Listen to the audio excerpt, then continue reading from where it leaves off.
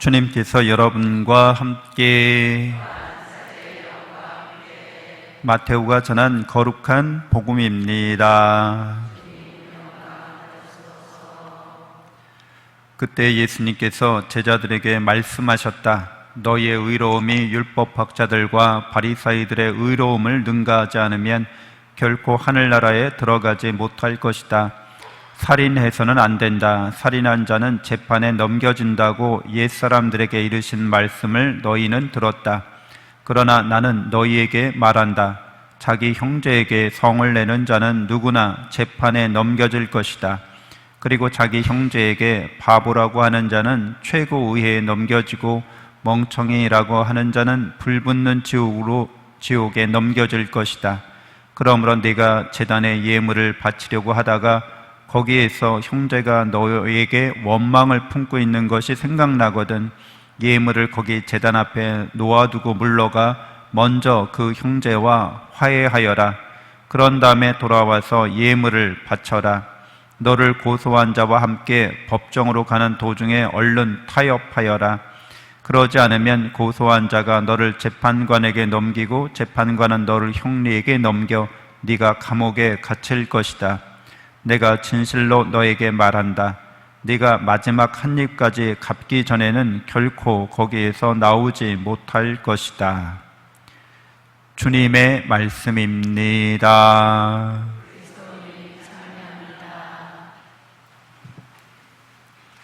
참 예수님, 하나님의 복동이 고맙습니다. 고맙습니다. 네, 여러분, 하느님의 복동이라고 우리가 인사했잖아요. 근데 그 복동이라고 인사한 이유는, 근거는 하느님께서 영이시고 우리가 영적인 존재로서 하느님을 닮아 있기 때문이죠. 그래서 제1독서 바로의 고린토 2서 말씀에도 나와 있는 것처럼 주님은 영이십니다. 이렇게 17절에 말씀하고 있고, 주님의 영이 계신 곳에는 자유가 있습니다. 이렇게 이야기해주고 있습니다. 영적인 존재는 자유로운 존재인 거예요. 여러분들도 다 자유롭게 살고 계시죠? 어때요? 개나 고양이보다 더 자유로우시죠? 개나 고양이보다 자유로운가? 걔네들 팔자가 상팔자 같은데, 근데 걔네들은 새들이 하늘을 이렇게 헐헐 날아다니잖아요. 정말 자유롭다 이렇게 생각하세요? 걔네들은 그냥 본능에 따라서 이렇게 움직이는 것일 뿐이거든요. 여러분은 본능에 따라서 이렇게 사시는 게 자유롭다고 여겨지세요? 내가 먹고 싶을 때 먹고 싸고 싶을 때 싸고 자고 싶을 때 자고. 약간 부럽긴 하죠. 개팔자가. 걔네들 개 똥오줌 싸는데 어디 이렇게 눈치 보고 별로 안 그러잖아요. 그러니까 개긴 개죠. 근데 사람은 여기서 설마 화장실 가고 싶다고 여기서 그러면 큰일 나죠. 그렇죠? 사람이 어떻게 저러지? 근데 뭘 말하냐 하면 인간은 뭔가 창조한다는 거예요. 문화를, 이게 대표적으로 말하면 문화를 창조하는 거죠. 문화. 여러분 이렇게 옷을 입고 이렇게 음식 문화죠. 옷도 의복 문화죠. 다 이게 인간이 만든 거는 자연하고는 달라요. 자연 안에서는 이렇게 뭔가 인간이 만들어낸 것 같은 그런 거하고는 다른 거예요.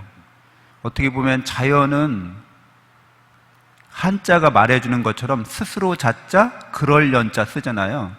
그냥 그렇게 돌아가는 거예요. 자동적으로. 어떻게 보면 자동 메커니즘처럼 이렇게 낮이 되면 밤이 오고 겨울이 오면 또 여름이 오고, 이게 모든 게 다 순환 원리에 따라서 자동적으로 그렇게 돌아가도록 세팅이 돼 있는 거고요. 거기에는 자유가 없어요. 네? 계속해서 밤이 오면 낮이 올 수밖에 없고, 태어남이 있으면 죽음이 있을 수밖에 없어요. 그런 거는 계속 순환하고 돌아가는 거예요. 그래서 동물들이 하는 모든 행동은 먹이 활동하고 짝짓기 활동이에요. 그거에 의해서만 걔네들은 먹고 자고 싸고 하는 거예요. 거기에는 선을 지향한다든가 진리를 찾는다든가 영원한 생명을 찾는다든가 하는 게 없어요. 그냥 그거는 그렇게 유한하게 세팅되어 있는 프로그램에 따라서 흘러가는 건데, 인간은 동물들처럼 몸을 지니고 있어서, 몸을 지니고 있는 영적인 존재니까 이 몸에 따라서 우리의 마음이 생겨나는 거죠. 그래서 동물들도 마음이 있잖아요. 그래서 우리도 동물과 비슷한 마음이 있어요.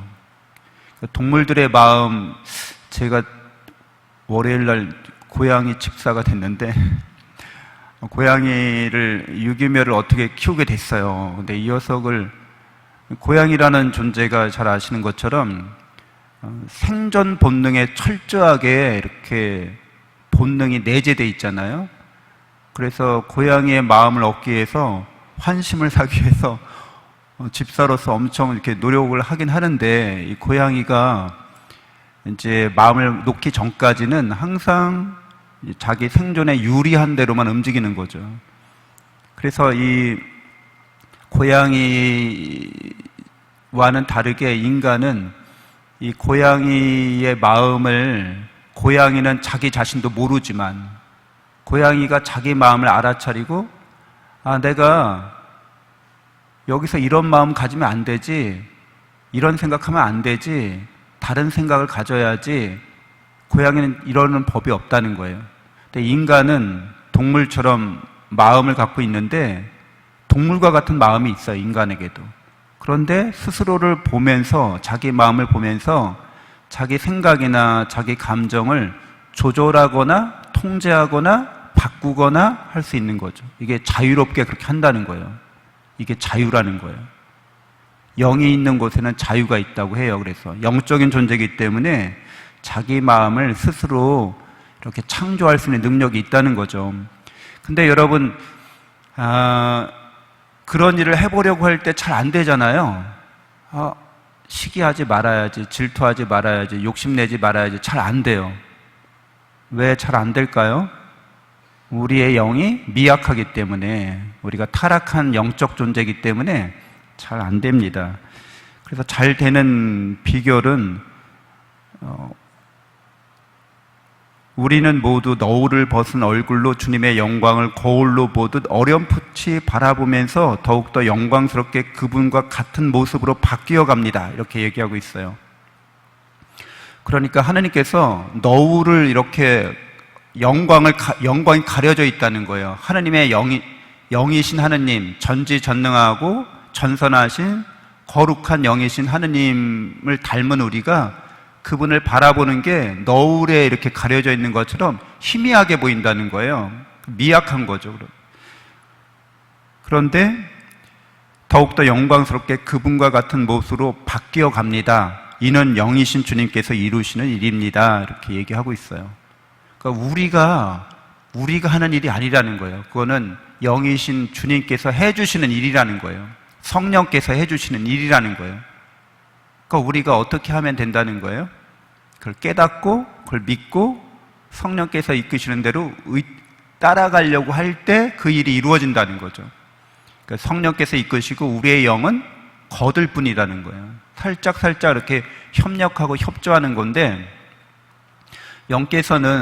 성령께서는 우리에게 이미 당신의 사랑을 풍요롭게 부어주셨기 때문에 영원한 생명과 참된 행복이 우리에게 주어진 거죠, 영적으로.